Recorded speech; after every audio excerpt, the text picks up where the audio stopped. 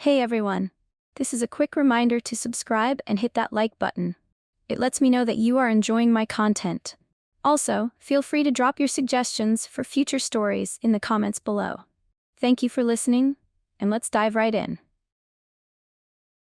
The help wanted sign in the window of Eternal Blooms had been there for weeks, practically since summer started. I'd seen it a million times, tucked between the overflowing window boxes of petunias and the slightly crooked display of ceramic gnomes. Honestly, I'd never given it a second thought. Flower shops weren't exactly my scene, too frilly. But this time, something caught my eye. It wasn't the drooping sunflowers or the vibrant lilies. It was the pay. Seriously, the hourly rate was insane. Like, suspiciously insane. My internal alarm bells were ringing, but my empty wallet was screaming louder. No one wants to take the night shifts, do they? I muttered to myself, picturing myself surrounded by wilting roses and judgmental gardenias. And who even buys flowers at night? Probably weirdos. But hey, weirdos paid well, apparently. Eternal Blooms was near the cemetery, which was a little on the nose, even for a flower shop. I vaguely remembered going there as a kid with my mom and grandma. We'd always stop at the flower shop on the way, even back then. It was a different shop then, though. Darker, more cramped, like a forgotten corner of a greenhouse. But the flowers were always beautiful. I decided to bite the bullet and applied. Surprisingly, I got a call back a couple of days later. The voice on the other end was bright and cheerful, and she asked if I could come in for an interview that afternoon. When I got to the shop, I was surprised. It was completely different from how I remembered. Gone was the dusty, cluttered interior. In its place was something sleek and modern, all clean lines and minimalist displays. It was cute. Almost too cute, considering its location. The owner, Alina, was a young woman, maybe a few years older than me. I vaguely recognized her from school, though we'd never actually spoken. She showed me around, her enthusiasm bubbling over. "I know it's a little quiet now," she said, gesturing to the empty shop, "but we actually get a surprising number of customers, especially in the evenings. Being so close to the cemetery, you know." I nodded. "Yeah, I figured." Alina went on to tell me the story of the shop. Apparently, it used to belong to this old lady, Mrs. Petrov. Alina had been saving up to buy it from her, but Mrs. Petrov had passed away before the sale went through. Then, in a twist of fate straight out of a movie, Mrs. Petrov had left the shop to Alina in her will. "She was so sweet," Alina said, a wistful look in her eyes. "I barely knew her, but she clearly thought a lot of me. I renovated the whole place. It was a bit dated before, but I wanted to keep the spirit of the shop alive, you know?" As Alina was talking, I was hit with a wave of déjà vu. I did remember this place. I remembered the smell of damp earth and the overwhelming scent of lilies. I remembered buying bouquets there with my mom, little posies of forget-me-nots and baby's breath to take to my grandparents. Alina's voice cut through my daydreaming. "There's one rule you must follow," she said, her voice suddenly serious. "Absolutely no exceptions. It's very important to me. And it was very important to Mrs. Petrov. I kind of think of it as her legacy, you know?" I gave her a slightly skeptical look. "Okay, what's the rule?" "There's this woman," Alina explained, lowering her voice slightly. "She comes late at night, always dressed in black, like she's going to a funeral. She wears a big black hat with a veil that covers her face completely. She'll hand you a black envelope. Inside are instructions for what kind of flowers she wants. She won't talk. Don't try to talk to her, don't ask her any questions, and she doesn't pay. You just give her the flowers and let her be." I stared at Alina, trying to decipher if she was serious. "That's it? That's the big rule?" She nodded solemnly. "That's it, it's important." I didn't say anything. It was weird, sure, but weird paid well, and honestly, I needed the money. "Okay," I said finally. "I can do that." Alina smiled, the tension visibly leaving her shoulders. "Great, I knew I could count on you. It's really not that bad, just a little strange. You'll get used to it." Yeah, right. Strange was one word for it. Creepy was another that sprang to mind. But I just nodded and tried to look enthusiastic. My first shift was that night. The shop was even quieter than it had been during the interview. The only sound was the gentle hum of the refrigerator and the occasional rustle of leaves from the potted plants. Alina had shown me how to lock up and set the alarm, then wished me luck and disappeared out the back. I was alone. The silence was unsettling. Every creak of the old building, every whisper of wind against the windows made me jump.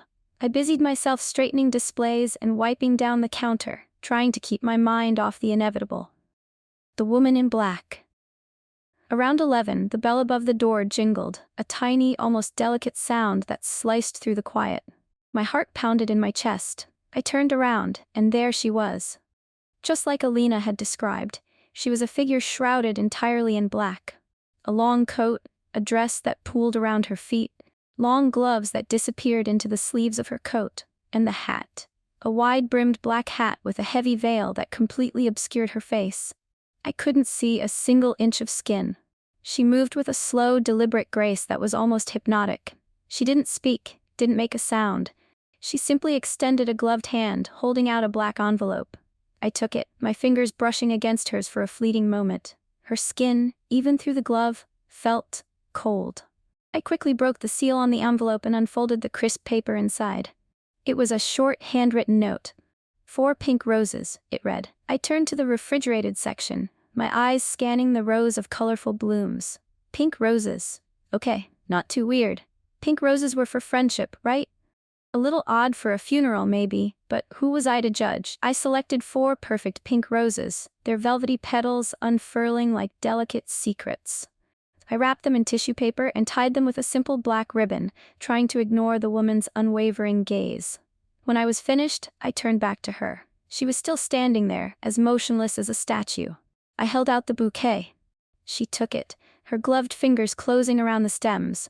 She inclined her head slightly, a gesture that might have been a thank you, and then, just as silently as she had arrived, she turned and glided out the door. I watched her go, my breath catching in my throat. The bell jingled again, a final, tiny punctuation mark in the strange encounter. I stood there for a moment, the scent of roses heavy in the air, my nerves still buzzing. It was just weird, disturbing even, but nothing I couldn't handle, right?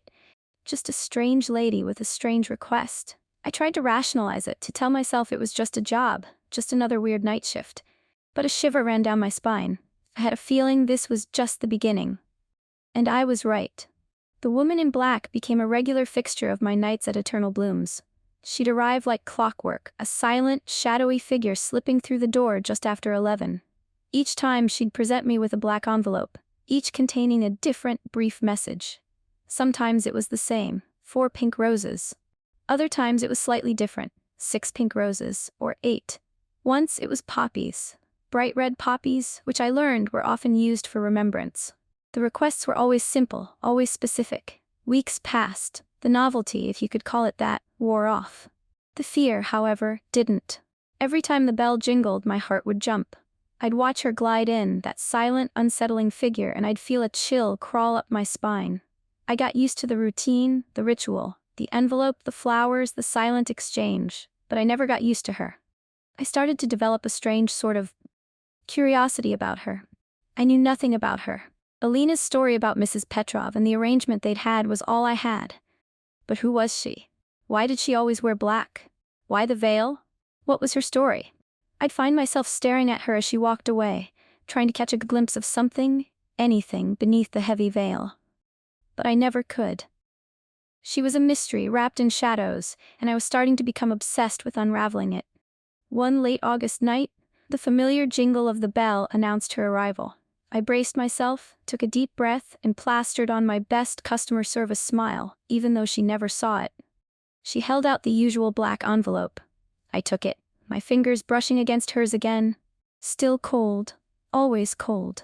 I opened the envelope, and my stomach dropped. This time the message wasn't for a specific number of roses or any other single flower. It read, "Flower bouquet with red roses and calla lilies." My blood ran cold. A bouquet? I'd never made a bouquet before. We mostly did pre-arranged bouquets, and Alina usually handled those. I knew how to wrap flowers, how to keep them fresh, but arranging them, creating something artistic, that was way beyond my pay grade, especially at 11 o'clock at night, with her watching. I looked up at the woman in black. She was just standing there, as always, motionless and silent. Sorry, I stammered, my voice barely a whisper. We don't usually do bouquets at night." She didn't react, didn't move, didn't speak, just stood there, a silent, looming presence. I repeated myself, a little louder this time. I said, we don't. I stopped. She wasn't going anywhere. She was waiting. And I knew with a sinking feeling that I had no choice. I had to try. I swallowed hard, trying to dislodge the lump of panic that had formed in my throat. Okay, I said, my voice trembling slightly. Okay, I'll try my best. I turned and walked towards the refrigerated section, my mind racing. Red roses and calla lilies. I knew we had them. Alina had gotten a fresh shipment in that morning. But how to arrange them?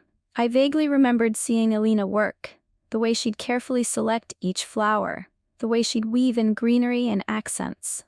But remembering was one thing, doing it was another.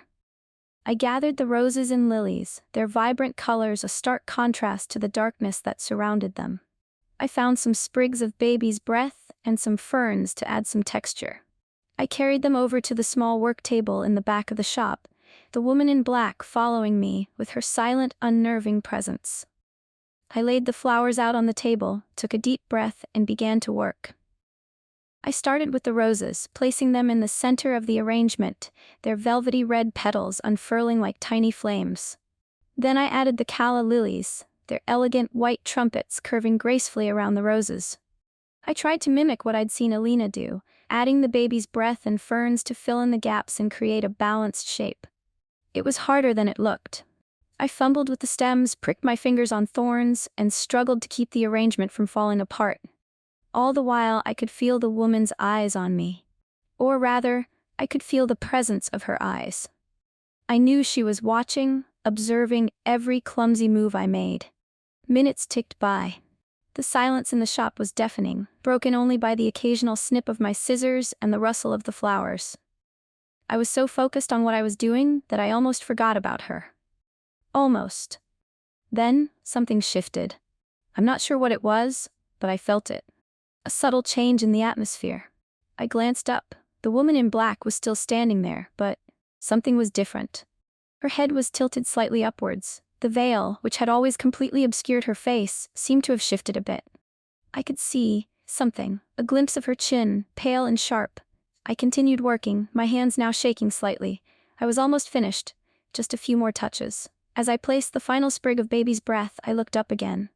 This time I saw more. Her head was raised a little higher. I could see the line of her jaw, the curve of her cheekbone, and her eyes. They were unsettling. Hollow. Gray. Not the vibrant gray of a clear sky, but the dull, lifeless gray of ash. They were sunken too, surrounded by dark circles. She looked tired, exhausted, like she hadn't slept in years. But she was looking at me. Really looking at me. I finished the bouquet and held it out to her, my heart pounding in my chest. She lifted her head a bit more, and for the first time I saw her face. It was pale, gaunt, the skin stretched taut over her bones. She looked almost like a corpse. But then she did something that made my blood run cold. She smiled.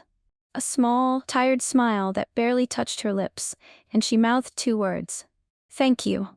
Her voice was gone apparently, but the words were there, clear as day. And then, just as quickly as it had appeared, the smile vanished. Her head dropped, the veil fell back into place, and she turned and walked away, leaving me standing there, frozen in shock, the scent of roses and lilies heavy in the air. Thank you. Those 2 words, spoken silently, had shattered the carefully constructed wall of detachment I'd built around myself. The woman in black wasn't just a strange ritual anymore. She was something else. Something far more unsettling. The next morning, I couldn't wait for Alina to arrive. I needed to tell her what had happened, about the bouquet, about the woman's face, about the thank you. I knew she wouldn't believe me, but I had to try. When Alina finally came in, she was bright and cheerful, completely oblivious to the turmoil churning inside me. Morning, Nat. How was your night? Alina, I said, my voice trembling slightly. Something weird happened last night. She raised an eyebrow. Weirder than usual? I took a deep breath and launched into my story, recounting the request for the bouquet, the woman's strange behavior, the glimpse of her face, and the whispered, thank you. Alina listened patiently, but I could see the skepticism growing in her eyes. When I finished, she just looked at me, a small frown creasing her forehead. Nat, I don't know what to tell you. I've never seen her do anything like that. The bouquet, yes, sometimes she asked for specific arrangements, but the head lifting, the thank you, that's completely new. But I saw it, Alina, I insisted, my voice rising. I saw her face. She was pale, gaunt, and her eyes. I trailed off, unable to describe the unsettling emptiness I'd seen in those gray eyes. Alina sighed. Nat, I believe you saw something. But I've been running this shop for years, and I've never seen anything like what you're describing. Maybe you were just tired, maybe you imagined it. I didn't imagine it, I snapped, frustration boiling over. I know what I saw. Alina put a hand on my arm. Okay, Nat, calm down. Look, I understand you're a little freaked out. It's a strange situation, I get it. But maybe it's best if we just let it go, okay? Just stick to the rule, give her the flowers, and don't worry about anything else. I wanted to argue, to tell her that I couldn't just let it go. But I knew it was pointless. Alina wasn't going to believe me. She'd made up her mind. Fine, I said finally, my voice flat. Fine, I'll just let it go. But I knew I wouldn't. I couldn't. The woman in black, her silent visits, her whispered thank you, it was all swirling in my head, a puzzle I couldn't quite piece together. Alina, I said after a moment of uncomfortable silence. Do you know anything else about her? About the woman in black? Anything beyond what you told me about Mrs. Petrov? Alina hesitated. Well, she said slowly, Mrs. Petrov did tell me a few things. She said the woman helped her keep the shop going, that she'd come in regularly, even before Mrs. Petrov owned the place. She said the woman's husband, he was a doctor, he died in a fire, a hospital fire, 12 years ago. The words hit me like a ton of bricks. A hospital fire. 12 years ago.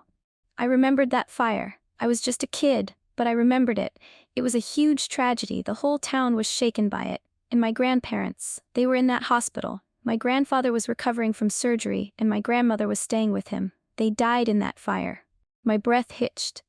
Alina, I said, my voice barely a whisper. That fire, that was the same fire my grandparents were in. Alina looked at me, her eyes widening in understanding. Oh, Nat, I'm so sorry, I didn't realize. And, I continued, my mind racing, today is the anniversary of the fire. I finished, the words hanging heavy in the air. Alina looked at me, her expression a mixture of sympathy and concern. Nat, I had no idea. I shook my head, my mind reeling. It all clicked into place, the pieces of the puzzle suddenly fitting together. The woman in black, the flowers, the cemetery, the fire. It wasn't just a strange ritual, it was something more, something deeply personal. Alina, I said, a sudden urgency in my voice. I need to go to the cemetery. She looked at me hesitantly. Nat, are you sure? You seem really shaken up. I need to, I insisted. I have to. She nodded slowly. Okay, just be careful. I grabbed a few flowers from the cooler, some lilies and a handful of forget-me-nots, and hurried out of the shop. The cemetery was just a short walk away, but it felt like miles. My heart pounded in my chest with every step. The cemetery was quiet, the late afternoon sun casting long shadows across the rows of gravestones. I walked past familiar plots, past the graves of people I'd known as a child, until I reached the section where my grandparents were buried. As I approached their grave, I noticed something. A fresh bouquet of red roses and calla lilies lay on a nearby grave. The bouquet I had made the night before. My stomach clenched. I walked over to the grave. The headstone was simple, engraved with a name, Dr. Thomas Ashton, and beneath it, another name, Eleanor Ashton. The woman in black. A wave of nausea washed over me. I stumbled back, my hand flying to my mouth. It couldn't be. She was dead. She had to be. How could she be coming to the shop asking for flowers if she was dead? I looked at the dates on the gravestones. Both Dr. and Mrs. Ashton had died on the same day, 12 years ago, the day of the fire, the day my grandparents died. My head spun. I backed away from the graves, a sense of dread creeping over me. This wasn't just strange anymore. This was something else, something terrifying. I quickly placed the flowers I'd brought on my grandparents' grave, whispering a silent hello. I couldn't stay there any longer. I turned and ran, back towards the shop, back towards the light, but the image of the two graves, the red roses and calla lilies, was burned into my mind. The woman in black wasn't just a customer. She was something else entirely. And I had a feeling I was about to find out what. I burst back into the flower shop, breathless and terrified. Alina looked up, her eyes filled with concern. Nat, what's wrong? You look like you've seen a ghost. I did, I stammered, my voice trembling. Alina, it's her, the woman in black. She's dead. Alina frowned. Nat, what are you talking about? I mean, she's dead. Now, I saw her grave. She's buried next to her husband. They both died in the fire. Alina stared at me, her expression slowly shifting from concern to disbelief. Nat, that's impossible. She comes to the shop every night. I've seen her myself. But I saw her grave. I cried, tears welling up in my eyes. I saw it, Alina. It was her. And the bouquet I made last night, it was on her grave. Alina was silent, her face pale. She knew I wasn't making this up. She knew something was wrong, terribly wrong. That night I went back to work, my hands shaking. I knew she would come. I didn't know how, but I knew she would. And she did. The bell jingled just after 11, the sound echoing eerily in the empty shop. I turned around, my heart pounding in my chest. And there she was, the woman in black. She was the same as always, shrouded in black, her face hidden behind the veil. But this time, it was different. This time, I knew she was dead. She held out the familiar black envelope. I took it, my fingers brushing against hers. Still cold, always cold. I opened the envelope, inside a simple message, 5 pink roses. As I turned to get the flowers, I heard a faint voice, a whisper, carried on the still night air. You know, do you? I froze, my breath caught in my throat. I turned back to her, my mouth opening and closing, but no sound came out. I simply nodded. The woman in black lifted her head. The veil shifted, and for the first time I saw her face clearly. It was even more gaunt, more pale than I remembered. Her skin was almost translucent, stretched tightly over her bones. She looked like a ghost. She opened her mouth to speak, her voice a raspy whisper, like dry leaves skittering across pavement. I come here, she said, and bring flowers to those who don't have anyone left, to good people, people who were loved but simply forgotten. I bring them flowers on the days they died, every year for 12 years now, and, for my husband, I loved him dearly, so I always ask for a little extra for him. I know he likes it, it makes him happy. I stood there, numb with shock. I knew, she continued, that someday someone would figure it out. It was good while it lasted, but I think it's time for me to go, because now, I have you. My eyes widened. You want me to bring the flowers? She nodded. Yes, for my husband, and for all the other people who were heroes in their own lives. They deserve to be remembered. You won't be coming anymore? I asked. No, she whispered. I trust you to do this for me, for us, your grandparents. They would love to see you more. They love seeing you all grown up and beautiful. Tears streamed down my face. You see them? We are all there, she said. Watching, waiting to see our loved ones, waiting, not to be forgotten. I bowed my head, tears falling freely now. I will do it, I promised. I will bring the flowers to you all. The woman in black smiled, a sad, gentle smile. Good, she whispered. Thank you, child. And then right before my eyes she faded away, just like that. Gone. I stood there in the empty flower shop, the scent of roses and lilies lingering in the air. The bell didn't jingle this time, there was just silence. I kept my promise. Every year, on the anniversary of the fire, I bring flowers to the graves of Dr. and Mrs. Ashton, and to the graves of my grandparents. I tell them that I love them, that I miss them. And I know somehow that they can hear me. They're not forgotten. They're remembered. And every time I arrange a bouquet, I remember the woman in black, and the chilling truth that sometimes the dead are the ones who keep us alive.